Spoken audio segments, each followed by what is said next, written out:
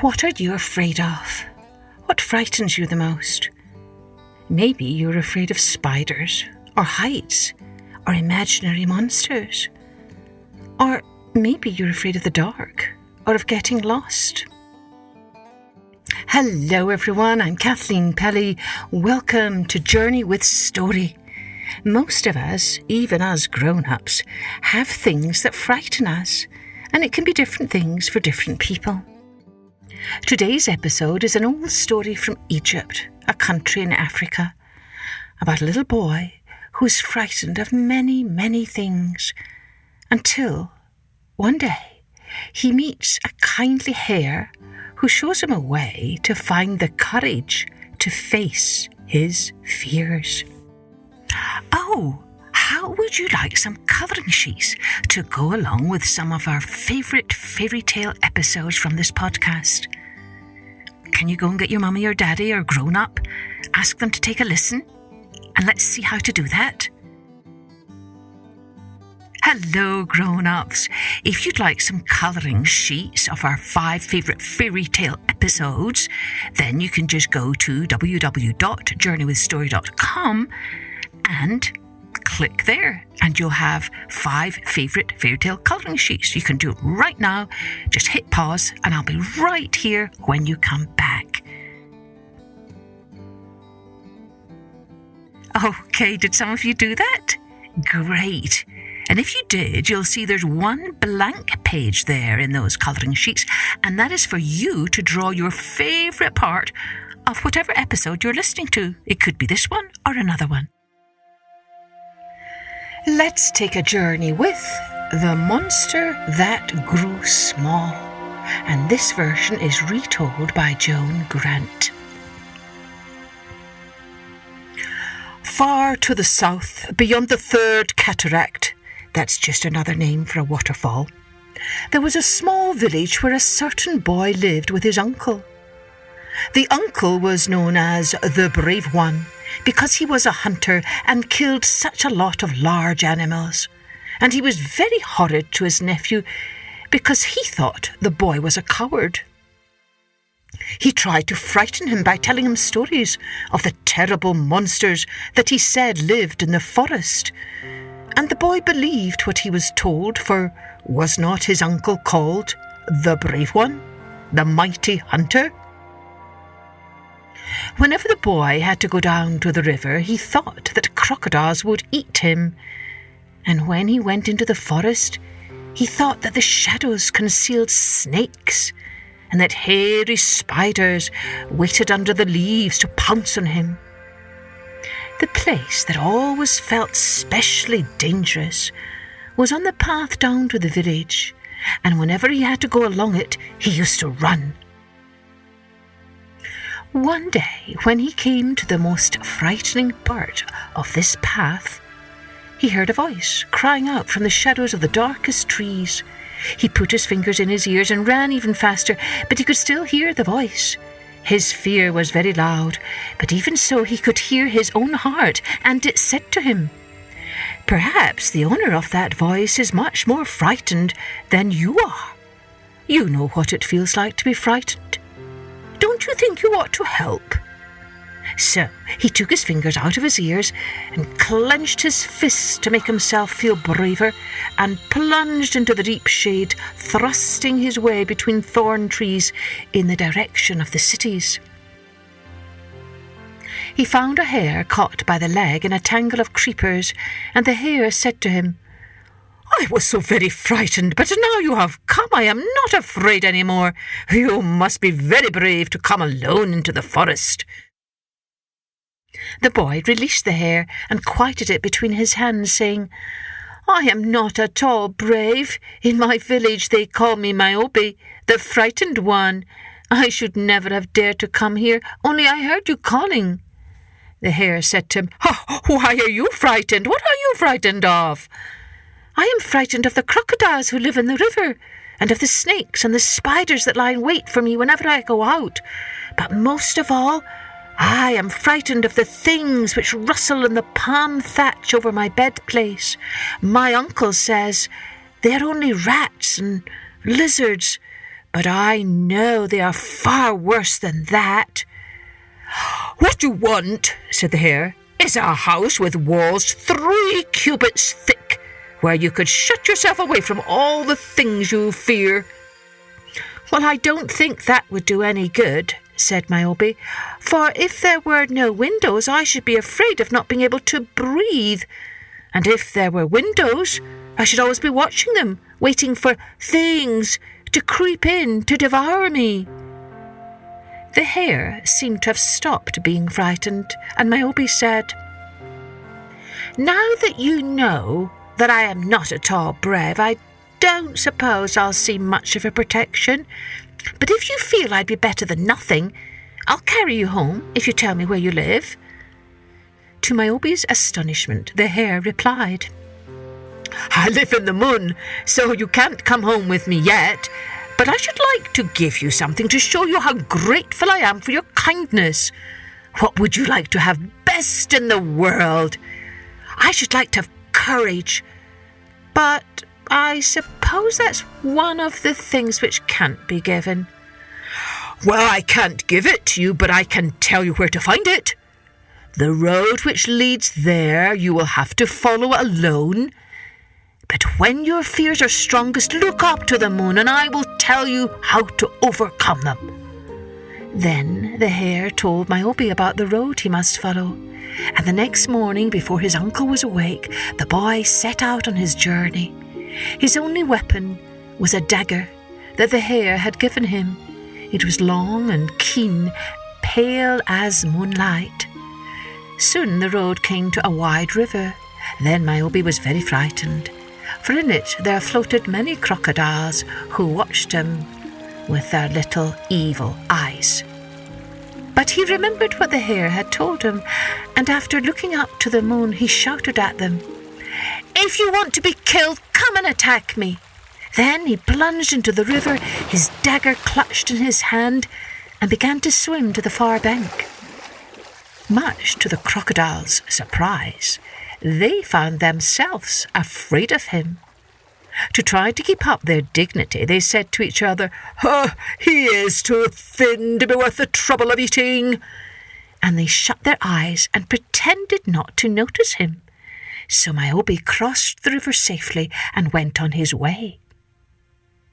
After a few more days, he saw 2 snakes, each so large that it could have swallowed an ox without getting a pain. Both speaking at the same time, they said loudly, "If you come one step further, we shall immediately eat you." Niobe was very frightened, for snakes were one of the things he minded most. He was on the point of running away when he looked up to the moon, and immediately he knew what the hare wanted him to do. "Oh, large and intelligent serpents," he said politely, "a boy so small as myself could do no more than give one of you a satisfactory meal. Half of me would not be worth the trouble of digesting. Hadn't you better decide between yourselves by whom I am to have the honour of being eaten?" "Sensible very, I will eat you myself," said the first serpent. "No, you won't, he's mine," said the second. "Nonsense! You had that rich merchant. He was so busy looking after his gold that he never noticed you until you got him by the legs." "What about the woman who was admiring her face in a mirror? You said she was the tenderest meal you'd had for months." "The merchant was since that," said the first serpent firmly.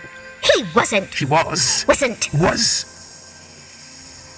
While the serpents were busy arguing which of them should eat Niobe, he had slipped past without their noticing and was already out of sight. So that morning neither of the serpents had even a small breakfast. Niobe felt so cheerful that he began to whistle. For the first time he found himself enjoying the shapes of trees and the colours of flowers, instead of wondering what dangers they might be concealing. Soon he came in sight of a village, and even in the distance he could hear a sound of lamentation. As he walked down the single street, no one took any notice of him, for the people were too busy moaning and wailing. The cooking fires were unlit, and goats were bleating because no one had remembered to milk them. Babies were crying because they were hungry, and a small girl was yelling because she had fallen down and cut her knee, and her mother wasn't even interested. Niobe went to the house of the head man, whom he found sitting cross-legged, with ashes on his head, his eyes shut, and his fingers in his ears. Niobe had to shout very loud to make him hear. Then the old man opened one ear and one eye and growled, "Oh, what do you want?" "Nothing," said Niobe politely. "I wanted to ask what you wanted. Why is your village so unhappy?" "You'd be unhappy," said the head man crossly, "if you were going to be eaten by a monster." "Who is going to be eaten, you?" "Me and everyone else, even the goats. Can't you hear them bleating?" Niobe was too polite to suggest that the goats were only bleating because no one had milked them. So he asked the headman, "There seem to be quite a lot of people in your village. Couldn't you kill the monster if you all helped?" "Impossible," said the headman. "Too big, too fierce, too terrible. We're all agreed on that." "What does the monster look like?" asked Niobe. "They say it has the head of a crocodile and the body of a hippopotamus and a tail like a very fat snake. But it's sure to be even worse. Don't talk about it." He put his hands over his face and rocked backwards and forwards, moaning to himself.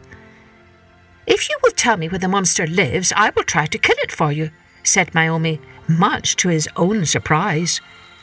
"Perhaps you are wise," said the head man, "for then you will be eaten first and won't have so long to think about it. The monster lives in the cave on the top of that mountain. The smoke you can see comes from his fiery breath, so you'll be cooked before you are eaten." Niobe looked up to the moon, and he knew what the hare wanted him to say, so he said it. "I will go up to the mountain and challenge the monster." Climbing the mountain took him a long time, but when he was halfway up he could see the monster quite clearly, basking at the mouth of its cave, its fiery breath whooshing out of its nostrils. It looked about 3 times as big as the royal barge, which is very big, even for a monster. Niobe said to himself, "I won't look at it again until I've climbed all the distance between me and the cave. Otherwise I might feel too much like running away to be able to go on climbing." When next he looked at the monster, he expected it to be much larger than it had seemed from further away. But instead, it looked quite definitely smaller, only a little bigger than 1 royal barge instead of 3. The monster saw him. It snorted angrily, and the snort flared down the mountainside and scorched Niobe. He ran back rather a long way before he could make himself stop. Now the monster seemed to have grown larger again. It was quite 3 times as large as the royal barge, perhaps 4. Niobe said to himself, "This is very curious indeed. The further I run away from the monster, the larger it seems, and the nearer I am to it, the smaller it seems. Perhaps, if I was very close, it might be a reasonable size for me to kill with my dagger." So that he would not be blinded by the fiery breath, he shut his eyes, and so that he would not drop his dagger, he clasped it very tightly, and so that he would not have time to start being frightened, he ran as fast as he could up the mountain to the cave. When he opened his eyes, he couldn't see anything which needed killing. The cave seemed empty, and he began to think that he must have run in the wrong direction. Then he felt something hot touch his right foot. He looked down, and there was the monster. And it was as small as a frog. He picked it up in his hand and scratched its back. It was no more than comfortably warm to hold, and it made a small friendly sound halfway between a purr and the simmer of a cooking pot. Niobe thought, "Poor little monster, it will feel so lonely in this enormous cave." Then he thought, "It might make a nice pet, and its fiery breath would come in useful for lighting my cooking fire." So he carried it carefully down the mountain, and it curled up in his hand and went to sleep. When the villagers saw Niobe, at first they thought they must be dreaming, for they had been so sure the monster would kill him. Then they acclaimed him as a hero, saying, "Honour to the mighty hunter, he the bravest of all, he who has slain the monster." Niobe felt very embarrassed, and as soon as he could make himself heard above the cheering, he said, "But I didn't kill it. I brought it home as a pet." They thought that was only the modesty becoming to a hero, and before they would believe him, he had to explain how the monster had only seemed big so long as he was running away, and that the nearer he got to it, the smaller it grew, until at last, when he was standing beside it, he could pick it up in his hand. The people crowded round to see the monster. It woke up, yawned a small puff of smoke, and began to purr. A little girl said to Niobe, "What is its name?" "I don't know," said Niobe. "I never asked it." It was the monster himself who answered her question. He stopped purring, looked round to make sure everyone was listening, and then said, "I have many names.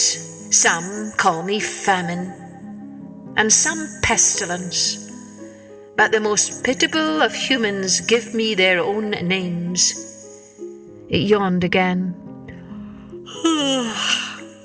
and then added, "But most people call me What Might Happen."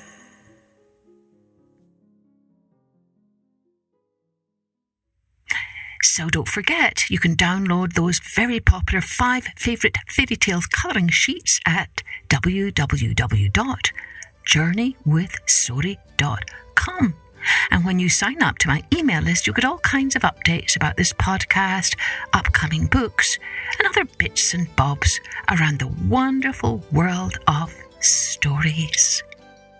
Cheerio then. Join me next time for Journey with Story.